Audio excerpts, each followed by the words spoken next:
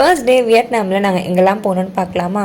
Vietnam பொறுத்த வரைக்கும் உங்களுக்கு ஒரு பைக் இருந்தாலும் போதும், நீங்கள் மோஸ்ட் ஆஃப் த டூரிஸ்ட் பிளேசஸை கவர் பண்ணிடலாம். ஸோ நாங்களும் ஃபர்ஸ்ட் ஒரு பைக் ரெண்ட் எடுத்துக்கிட்டு அப்படியே இந்த சென்ட் ஜோசப் கேத்தலிக் சர்ச்சுக்கு தான் போயிருந்தோம். என்டையர் வியட்நாமில் இது ஒரு ஓல்டஸ்ட் சர்ச் அப்படின்னு சொல்கிறாங்க. அண்ட் இது 1960 தான் ஓப்பன் பண்ணியிருக்காங்க. வெதர் பார்த்தாலே தெரிஞ்சிருக்கும், லைட்டாக சென்னை வெயில் மாதிரி தான் இருந்துச்சு. ஏப்ரல் மந்த் அவங்க ரீயூனிஃபிகேஷன் டே செலிப்ரேட் பண்ணுவாங்க. ஸோ மோஸ்ட் ஆஃப் த ஸ்ட்ரீட்ஸில் இந்த மாதிரி அவங்களோட ஃப்ளாக் டெக்கரேஷனை நீங்கள் பார்க்க முடியும். நெக்ஸ்ட் நாங்கள் போனது இந்த யூனிக்கான நோட் கஃபேக்கு தான். லிட்ரலி அந்த கஃபேல ஒரு இடம் விடாம ஃபுல்லா நோட்ஸால கவர் பண்ணி வச்சிருப்பாங்க. இதுக்கு நான் செப்பரேட்டா ஒரு ரீல் போடுறேன்.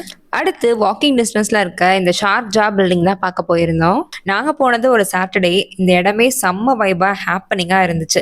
பக்கத்துலயே பாத்தீங்கன்னா ஹோய் கியம் லேக்னு ஒரு லேக் இருக்கும். அங்க ஐஸ்கிரீம், ஸ்நாக்ஸ், வியட்நாமீஸோட லோக்கல் ஸ்ட்ரீட் ஃபுட் எல்லாமே நம்ம வந்து ட்ரை பண்ணலாம். இங்க கொஞ்சம் நேரம் ஸ்பெண்ட் பண்ணிட்டு நாங்க அப்படியே எங்க ரூமுக்கு கிளம்பிட்டோம். ஏன்னா நாங்க மார்னிங் தான் வந்து லேண்ட் ஆயிருந்தோம். ஸோ ரொம்பவே டயர்டா இருந்துச்சு. ஒரு குட்டி நேப் எடுத்துட்டு அகெயின் நாங்க நைட்டு சைட் சீயிங்க்கு கிளம்பிட்டோம்.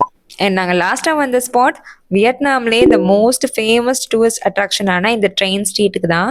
ஸோ நாங்கள் ட்ரெயினை பார்த்தோமா, இந்த பிளேஸ் எப்படி இருந்துச்சு எல்லாத்தையும் நம்ம நெக்ஸ்ட் வீடியோவில் பார்க்கலாம்.